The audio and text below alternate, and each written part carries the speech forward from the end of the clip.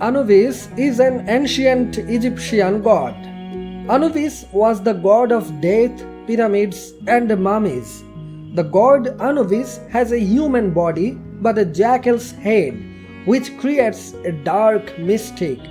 According to legend, the god Anubis was the first to create mummies in ancient Egypt, which gave rise to a fancy post-apocalyptic religion and influenced later Semitic religions. The god Anubis has the body of a man but the head of a jackal. What is the reason for this? The people of ancient Egypt believed that the Holy Spirit lived inside the fox. Like cats, foxes were also revered in ancient Egypt. Ancient Egyptian priests wrote cosmology about the creation of gods and goddesses. Along with that, they composed the genealogy of the gods. In that genealogy, the ancestors of the gods are mentioned. The gods and goddesses of ancient Egypt were related to each other. In ancient Egyptian cosmology, the gods were born in the Egyptian city of Heliopolis. Heliopolis itself housed the cult of Anubis. Egyptian cosmology mentions 9 primordial gods and goddesses. Together they are called the Ennead. Anubis is one of the Ennead. There are various opinions about the birth of Anubis, but the most reliable view is that Anubis' father was the god Osiris and his mother was the goddess Nephthys. According to legend, Seth's wife and sister Nephthys had a love affair with her brother god Osiris. So the god Osiris was killed by his brother Seth. After the killing, the dead body of the god Osiris was scattered into 14 pieces. Then the goddess Isis gathered the dismembered body parts. She was assisted by her sister, goddess Nephthys. Fun fact is, Osiris, Isis, Seth, and Nephthys all were siblings, and 2 sisters were wives of 2 brothers. Regarding Nephthys, although she was both sister and wife of god Seth, she preferred her sister Isis's husband and her own brother Osiris.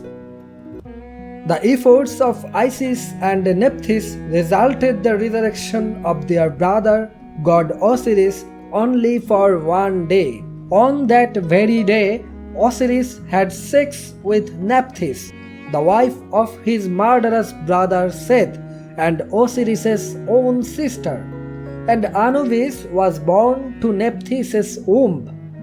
That's how ancient myths are weird and exciting.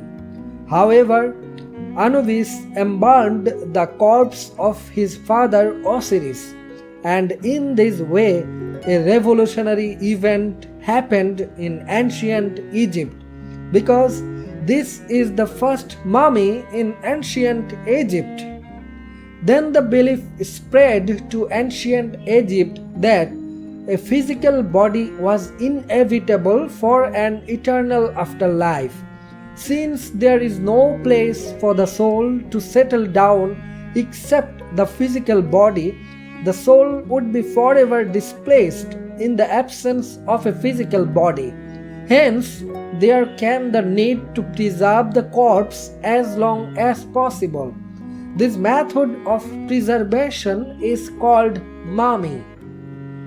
Anubis is considered the god of death, pyramids, and mummies because of this novel apocalyptic concept.